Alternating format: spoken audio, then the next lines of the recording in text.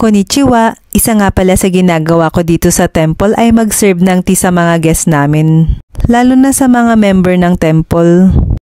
Minsan pag nagsiserve ako, nakabantay si Zenchang, pati na rin yung nag-aalaga sa kanyang si Baning. Pagkararating lang ng guest, hinahanda ko na ang green tea. Una, ilalagay ang tea leaf sa teapot. Pangalawa, ibuhos ang hot water sa teapot gamit ang teacup to measure the exact water na gagamitin. And let it cool about 70 to 80 degrees.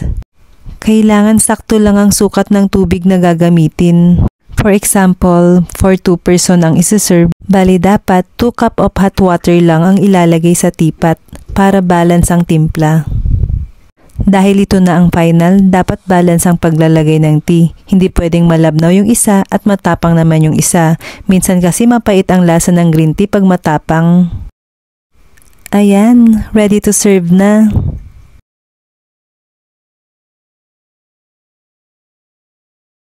Dito naman may meeting si Jan. Tinanong ko na din tong guest namin kung okay lang ba siya. At sabi ng mga kasama ko, nakita daw siyang nadapa.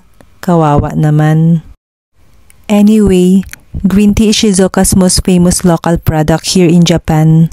Marami kaming stock ng fresh tea leaves. Kaya pag sinabi ni Jan na may parating kaming guest today or bukas, pinaghahandaan ko talaga.